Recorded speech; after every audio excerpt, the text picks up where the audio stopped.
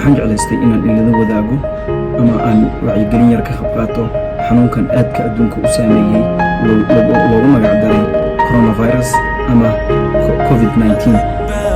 بعالمنا ونسعد عين من حزنوا نجوب الأرض نطرقها رضا المولى هو الثمن.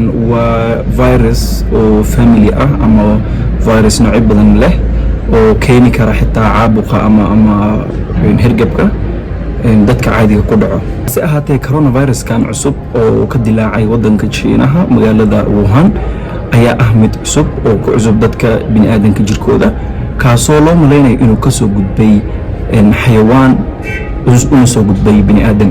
xayawaanadaas uu ka soo gudbay ayaa dadka qaar waxay ku sheegaan inay tahay seafoodka ama xayawaanada ku nool badda. dad baa waxay ku sheegaan inuu yahay masaska ama kibiliga.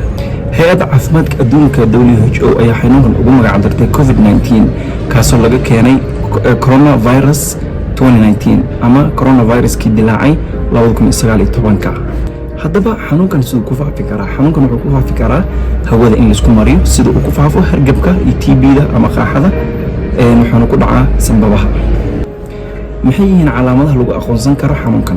xanuunkan waxaa lagu aqoonsan karaa qofka inuu isku arko xumad ziyaada ah ama qandho oo fara badan, qufaca ama qofka inuu aad u qunfaco, iyo sidoo kale qofka inuu ku dhibtoodo neefsashada caadiga ah.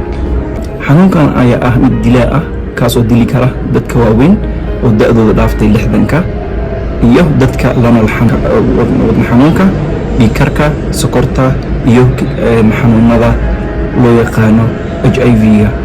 sidoo kale wuxuu si fudud ku dili karaa xanuunkan dadka isticmaala daawooyinka hoos u dhiga difaaca jirka. haddaba waxaa nala gudboon haddaanan nahay Soomaali, sida ugu wanaagsan aan ugu taxadiri karno ayaa waxaa ah inaan ilaalino nadaafadeena. qofka inuu ka fogaado taabashada sankiisa, afkiisa iyo indhihiisa iyo wejigiisa guud ahaan. sidoo kale waxaa inaan ka fogaanaa safarada aan u aadeyno wadamada uu saameeyey xanuunkan. qof allaala qofkii jooga waddanka uu saameeyey xanuunkan waxaan kula talin lahaa inuu joogo waddankiisa si uu ugu taxadiro ummadda Soomaaliyeed. xanuunkan ayaa ah mid aad u saameeyey caalamka guud ahaan. waxaa lagu qiyaasaa inuu saameeyey 114 waddan, uuna dilay number aad u weyn, laakiin recovery-gana ah number aad u fiican. intaas waxay iga ahayd macluumaadka ku saabsan xilligan coronavirus ama COVID-19-ka. insha Allah kulley wuu sii socdaa macluumaadkiisa in la aruuriyo. weli ma loo helin weli vaccination ama talaal iyo daaweynba. daaweyntiisa iyo talaaladiisa iyo wixii macluumaadka loo soo ziyaado waan idin wadaagi doonaa biidnillaah. insha Allah la wadaag walaalahaga aad la jeceshahay wanaaga.